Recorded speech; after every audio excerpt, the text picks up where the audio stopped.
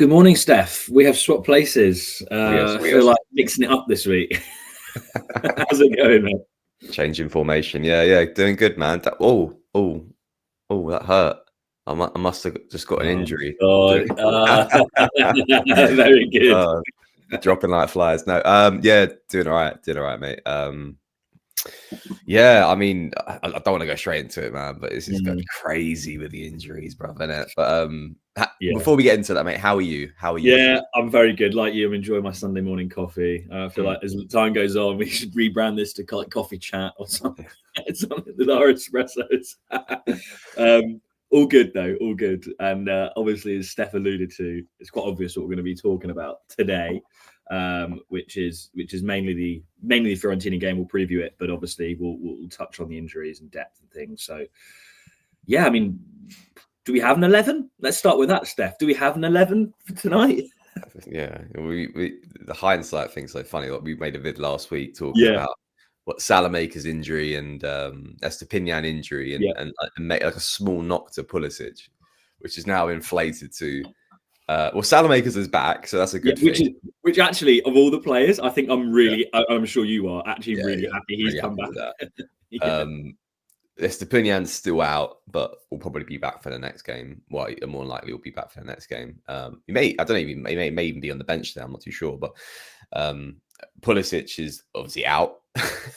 Played another game midweek against who was it against? Who are you talking about? Sorry, Pulisic. He played with Australia. The friendly was. Yeah, that was it. Yeah, friendly against Australia. Comes off. I mean, what, after 17, 20-something minutes? Yeah. Something like that, yeah. I can't remember what the injury was, but it looked like it was sort of hamstring related. Yep. Yeah, it was hammy related, Yeah. We don't actually know yet. It hasn't been formally disclosed. Okay. No. All it is he had initial tests, and the initial test said, it's going to be longer than we first thought. And then he's having like an MRI scan at Milanello. That's the last, I believe, of the update. So that was it. And then, the timeline for that looks like the target is to get him back for the Inter game, which is the first game back from the next international break, which he better not be fucking playing. Well, yeah, I mean, look, there's going to be a narrative here on not lessons learned, but like, you know, we speak a lot about the amount of players that we send, we have go on international duty, and it's come to our detriment in this case because not only Pulisic, Rabiot, another massive player for us this season, is also pulled up with an injury as well, who looks to be out as well for the same period, and basically a month, with Pulisic and Rabiot out, which you know, we talk about depth, especially in the midfield. I'm not overly worried because look, there are some big games. Roma at home, we play them in a couple weeks' time. Atalanta away, huge fixtures, but they're huge. I like to think we have some depth there that can cover that, but you know, with that, and opportunity should come. What's happened to Christopher Nkunku? His big toe or something like that. He's out of the game. Oh my god! Yeah, he's got a sore big toe. I don't even know what to say. Yeah, like they're just all these smaller, minor injuries, which makes this Fiorentina game, which we'll cover on in a sec. It's going to make it tough because it's very much a mishmash of players. With Salamaker's back, but Estepinian's still out. Pulisic is out. Rabiot's out. And Nkunku's, I think he's out. I'm not too sure if that's official or if he's out the starting 11 at the very least. I think he's out the starting 11. I think he might be on the bench. Okay. I would be very. You know, there is depth there, but it's not ideal. It's kind of like, okay, the fittest players start, and then the unfit players. You're forgetting the big one that happened last night or this morning. Loftus-Cheek, obviously. Oh, Loftus-Cheek as well. Yeah. He can't play. He won't even be on the bench, I don't think. Yeah. Which, look, I mean, there's a good chance here for Ricci, man. Like at the end of the day. Well said. Like, absolutely. Ricci's getting that starting spot, and you know, that midfield with him, Modric, and Fofana should be still relatively strong. The question mark is up front, where it looks like we're kind of going straight into the sort of preview, but the question marks is on the attack here with Leao being sent home early from international duty, which in hindsight was a great move because, you know, he probably would have got injured as well if he stayed along there. Probably, yeah. You just allowed him to get back, get fit. Allegri said some good words about him and his levels right now. He said he could be at Milanello, which is fantastic to hear. He's certainly starting. The question marks is who's starting up front with him, and specifically with Salamakers coming back. Estepinian out. We've got Baltazari and Atacame. Obviously, it looks like they're starting at the wing back positions.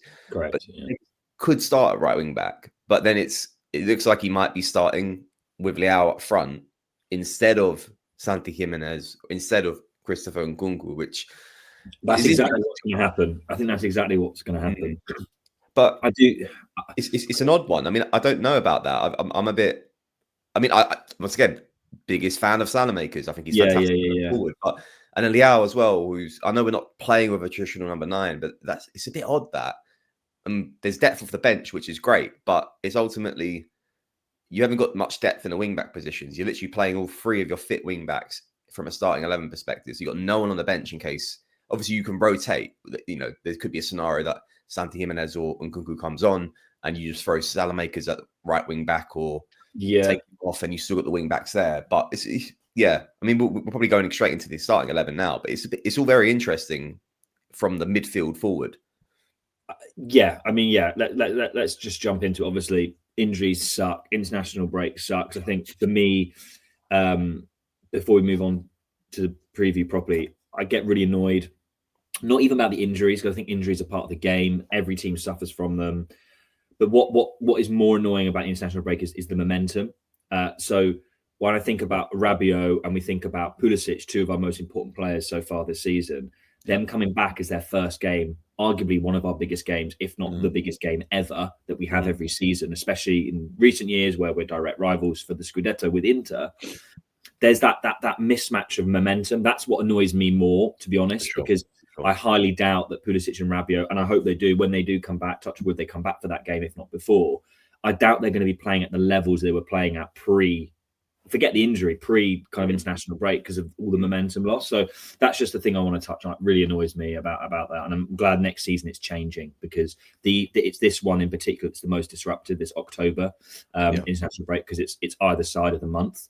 And how can any team build up any kind of momentum, especially a team like us who have clearly slotted into place, the team understand what they're doing, and then to kind of be uprooted, move internationally, do completely different stuff, and come back and restart that momentum is very difficult. So, yes, that's just my 2 cents on it.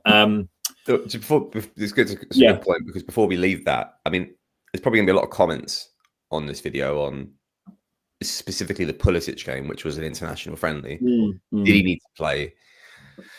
He played him at centre attacking midfielder, which obviously is going to put him in the midst of all the action. And I've seen the clips of him getting absolutely hacked to bits in the short time he was playing. I don't necessarily think it's a player's fault to want to go and play for an international team, nor is it an international team's fault for wanting to select your best players or the most informed players. It's neither of those 2 individuals, or I guess like sets of individuals, which would be the international team setup, fault for that. It's the fault of, like, as you've alluded to, the setup of how football is kind of constructed, and the frequency of games and some unnecessary games being played. And it goes back to the whole monetization element of it. We spoke on, I was on a what's called podcast thing with Martino and Matt. And we were talking about, the Milan playing the fixture out in Australia, wasn't it? Against Como, and it's we're not adding additional games on there, but we're making such a right faff to go and play in Australia for a game that should be played in Serie A. It's sorry, in Italy, so it's a bit. Yeah, it's one of them ones where and the frequency of fixtures, and you got the Club World Cup, and I'm not surprised by any of this because of the amount of what's being asked from a player perspective. It's just this is the right time that football needs to rein it in a little bit and go we're breaking teams, we're breaking players because of the amount of games they're having to play. Yeah, it just annoys me. You think all the different staff, there are different staff at these, that different routines for recovery, and when that's happening so much, then not only the injuries because of the games are going to increase.